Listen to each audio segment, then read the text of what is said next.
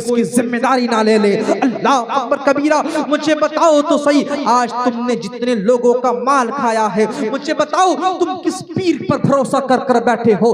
یاد رکھو پیرانے پیر بھی تمہیں بچا نہیں سکتے، اس لیے کہ یہ بندے کا حق ہے۔ اللہ اکبر کبیرہ۔ آپ کو معلوم ہے اللہ جب اللہ کے نبی پیچھے ہو گئے نا تو ایک صحابی کھڑے ہوتے ہیں اور کہتے یہ ہمارے ساتھ کھاتا تھا، اٹھتا تھا، بیٹھتا تھا۔ اللہ کے نبی ایسا نہ کرے، ہم ذمہ داری لیتے ہیں کہ ہم جو ہے اس کا رقم اسے دے دیں گے۔ اللہ اکبر۔ اللہ کے نبی پھر اپنے قدم کو آگے بڑھاتے ہیں، پھر جنازہ پڑھاتے ہیں۔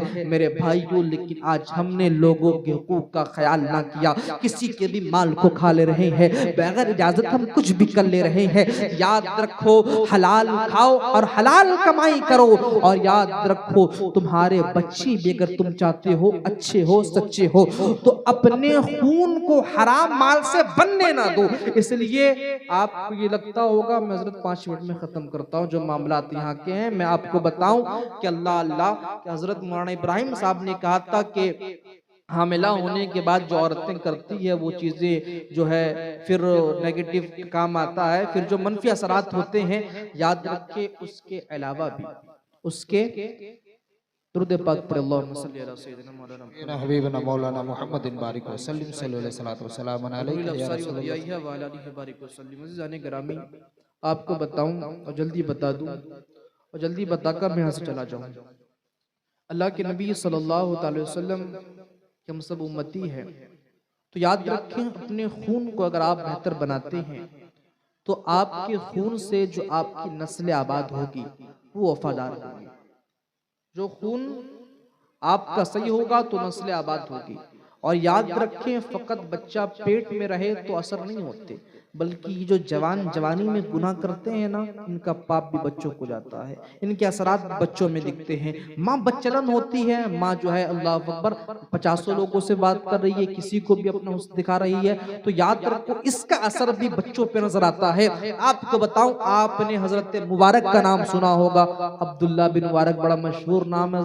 حضرت مبارک جو ایک مؤذن تھے، میں نے آپ کو شاید سنایا تھا 2 سال پہلے، یاد نہیں، مگر آپ کو پھر سنا دوں کہ حضرت مبارک یہ ماں ایک جگہ کے مؤذن تھے، مسجد میں رہا کرتے تھے۔ اللہ اکبر۔ تو آپ کو معلوم ہے ان کا یہ ماحول تھا، یہ معاملات تھے کہ یہ فجر سے لے کر ظہر تک کام کرتے، پھر چھوڑ دیتے، مسجد میں آ جاتے تھے، اور مسجد میں آنے کے بعد اللہ پر بھروسہ کرتے اور کچھ کمانے کے لیے نہیں جاتے۔ بڑا سادی ان کی زندگی تھی۔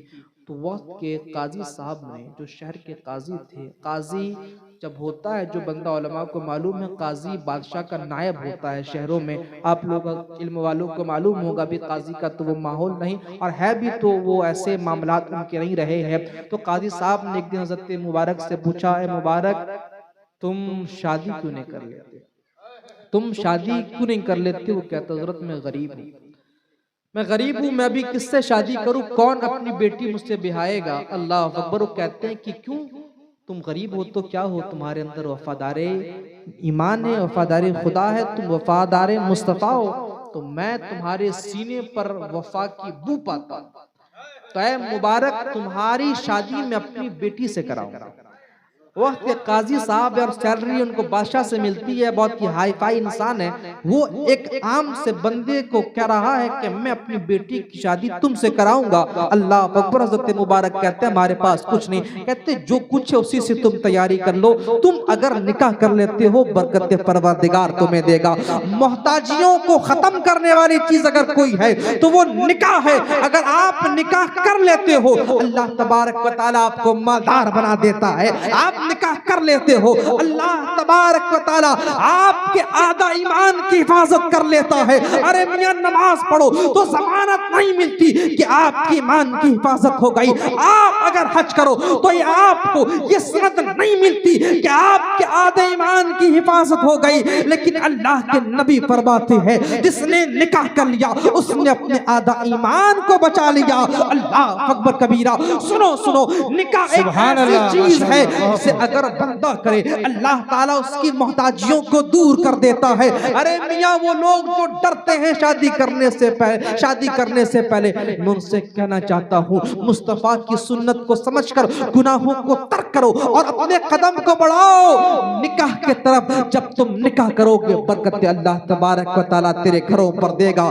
یاد رکھو جو آج معاملات تمہارے بڑھ رہے ہیں، ناجائز کام کرنے سے پہلے تم جو ہے اللہ کا خوف نہیں کرتے، تم بے خوف ہو کر گناہ کر رہے ہو، تمہیں ڈر نہیں ہے، لیکن نکاح کرنے سے تم ڈرتے ہو۔ سنو یاد رکھو اللہ نے نکاح کو بہت ہی آسان تم پر کر دیا ہے۔ تم دو لوگوں کے سامنے اگر کہو نا کہ ہم نے تجھے اپنے نکاح میں قبول کیا، تم ہمیں نکاح میں قبول کرتے ہو، اگر وہ بھی کہے ہم قبول کرتے، اگرچہ مذاقن ہو، وہ نکاح منعقد ہو جایا کرتا ہے۔ اللہ اکبر کبیرہ آپ نے نہیں جانا۔ پھر آپ کو جب اسلام نے ایسا کانسیپٹ دیا ہے، ایک ایسا طریقہ دیا ہے، ایسا رول آپ کو ملا ہے کہ دو گواہ کے سامنے آپ نے جب وہ قبول کیا تو آپ کا جو ہے نکاح وہ ہو جاتا ہے۔ پھر آپ اپنے آپ کو پیچھے ہٹائے رکھتے ہو، پھر پلاننگ کر کر آپ ملنے کی باتیں کرتے ہو۔ پاپ کے لیے قدموں کو بڑھانے والوں، نکاح کو تمہارے رب نے اتنا آسان کر دیا ہے، دو دوست کو لے کر اگر تم کھڑے ہو جاؤ، وہ عاقل بالغ ہو، اللہ اکبر کبیرہ مسلمان بندے کے سامنے تم نے اگر قبول کر لیا، وہ بندہ تمہارے نکاح میں خود بخود آ جائے گا۔ اس لیے اس چیز پہ توجہ دینے کی ضرورت یہ جو معاملات بڑھ رہے ہیں، بیٹیاں اپنے جسم کی نمائش کر کر اللہ اکبر دوسرے کو پیش کر رہی ہے۔ نوجوان ہماری نسلیں بیٹیوں کو غلط نگاہوں سے دیکھ کر بیٹیوں سے جو ہے بدفعلی کر کر چھوڑنے کی پلاننگ کرتے ہیں۔ بیٹیاں بھی اپنی اسے محبت سمجھ کر اپنے حسن کو پیش کرتی ہے۔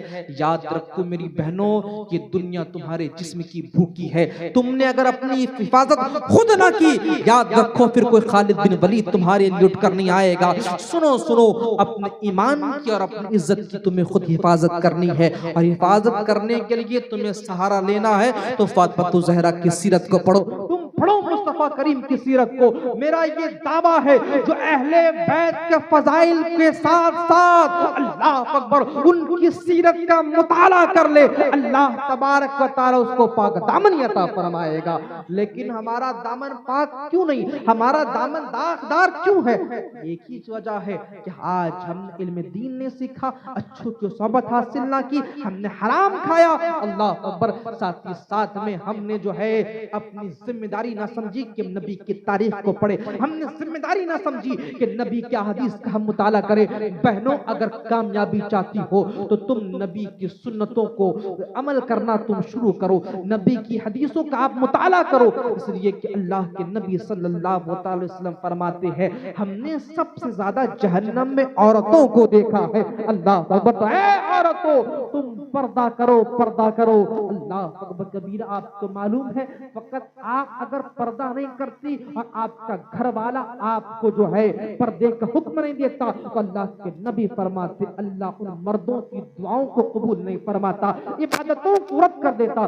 نسائی شریف کی حدیث حضرت عبداللہ بن عمر فرماتے ہیں کہ نبی کریم نے فرمایا اللہ 3 قسم کے لوگوں پر جنت کو حرام کر دیا ہے، اللہ کی طرف سے 3 قسم کے لوگوں پر جنت جو ہے وہ حرام ہے۔ پہلا وہ جو دائمی شرابی ہے، ہمیشہ شراب پینے والا بندہ، اللہ اکبر، اللہ کے نبی فرماتے ہیں کہ اس پر جنت حرام ہے۔ اس کے بعد نسائی شریف کی حدیث حضرت اللہ کے نبی فرماتے ہیں ماں باپ کا نافرمان، ماں باپ کے جو نافرمان ہوتے ہیں اللہ کے نبی فرماتے ہیں کہ اس کو مرنے کے وقت کلمہ نصیب نہیں ہوتا۔ اور آپ کو معلوم ہے تیسرے وہ انسان ہے جو آج 10 میں سے جو ہے 9 لوگ اسی کام میں مبتلا ہے۔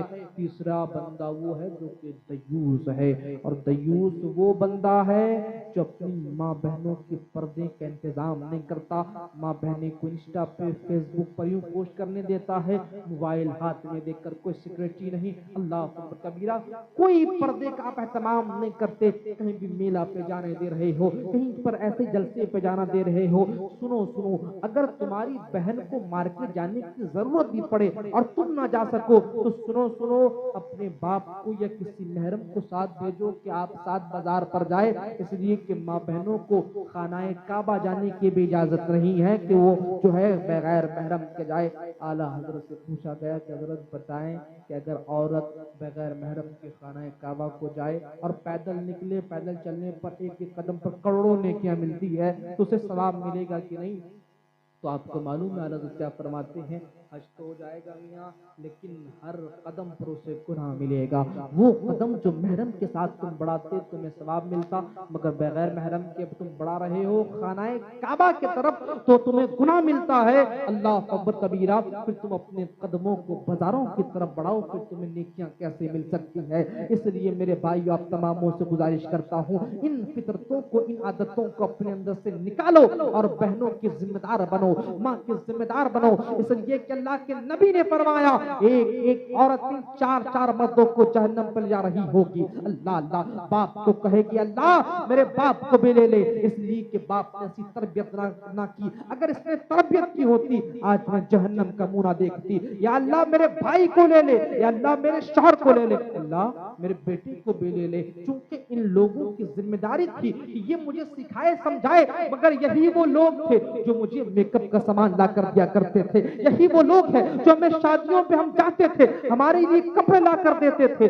مگر پردے کے لیے کپڑا نہ ہوا کرتا تھا، لوگوں کو دکھانے کے لیے کپڑا ہوا کرتا تھا۔ اللہ اکبر، اگر آپ کسی کے باپ ہو، اگر آپ کسی کے بیٹے ہو، اگر آپ کسی کے شوہر ہو، اگر آپ کسی کے بھائی ہو تو سنو اپنی ذمہ داری کو سمجھو اور اپنی بہن کے پردے کا اہتمام کرنا آج ہی سے شروع کر دو، کھلے عام نہ چھوڑ دو۔ دیوس وہ بندہ ہے اللہ اکبر جو اپنی بہنوں کے لیے پردے کا اہتمام نہ کر کہیں بھی کھلا چھوڑ دے۔ کوئی بندہ آپ کے گھر پر آئے، آپ کی بہن آپ کی ماں کسی سے بات کرے، آپ اگر اس سے بیزار ہیں کہ اللہ اکبر کس لیے بات کری، لوگ کس لیے ملاقات کر رہے ہیں، تو آپ بھی دیوس کی کیٹیگری میں جاتے ہیں۔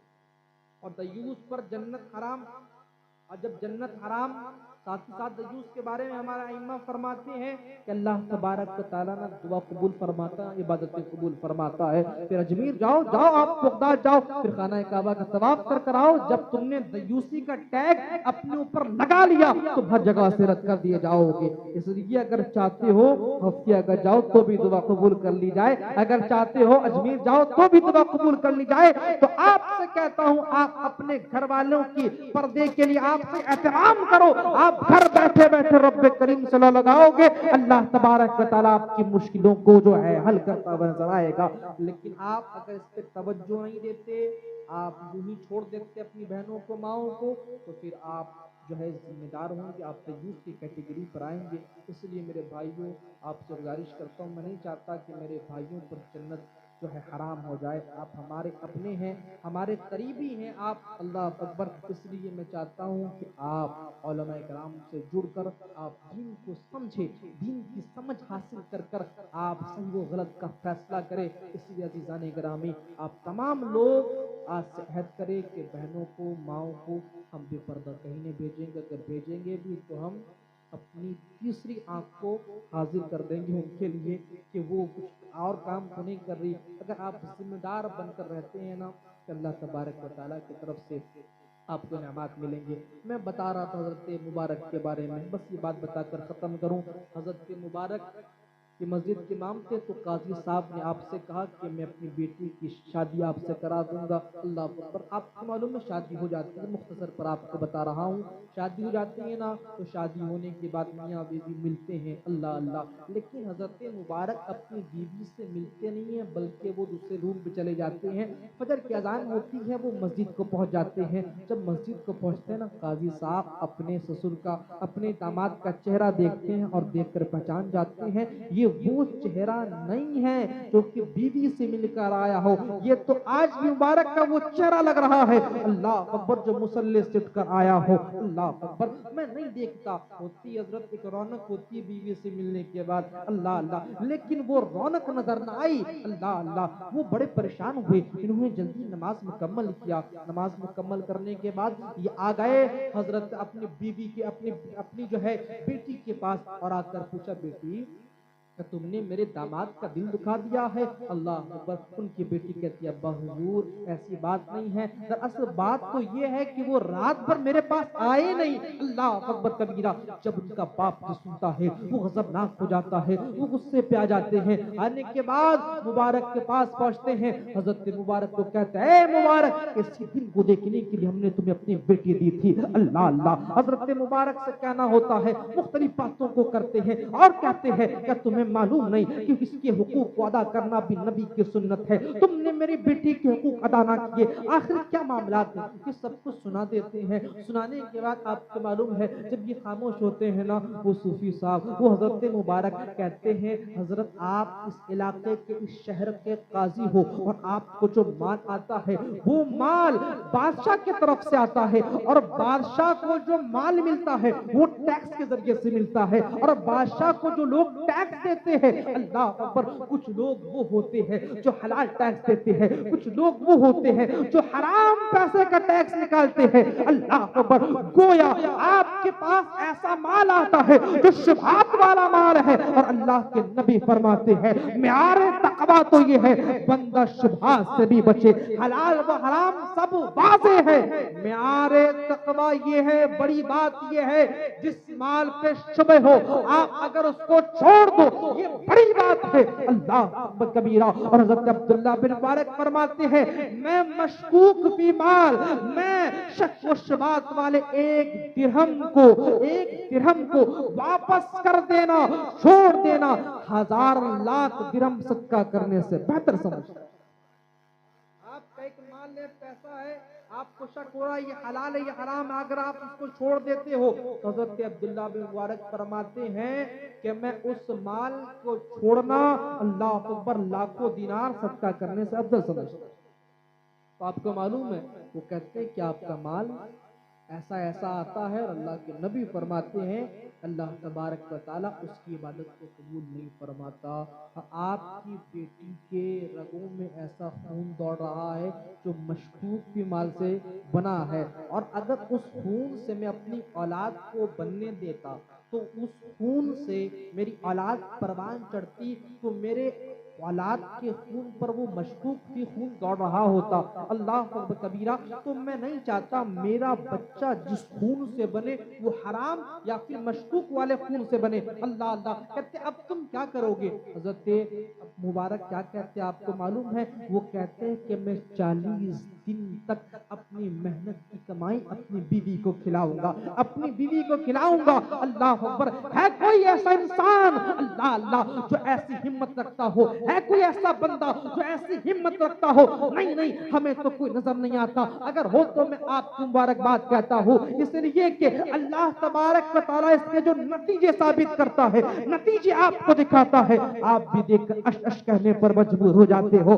آپ کو معلوم ہے وہ 40 دن تک اپنی بیوی سے دور رہتے ہیں, اور 40 دن کے بعد جب بیوی سے قربت حاصل کرتے ہیں تو پھر ایک بچہ وجود پر آتا ہے جس کا نام عبداللہ رکھا جاتا ہے. اور یہ عبداللہ بن مبارک ایسے عالم اور ایسے ولی بنتے ہیں جس کے شان پر ہمارے امام اعظم ابو حنیفہ فرماتے ہیں اگر حشر میں پروردگار مجھ سے پوچھے تم کیا لائے ہو, میں عبداللہ بن مبارک کو پیش کر دوں گا جو میری بخشش کے لیے کافی ہوگا.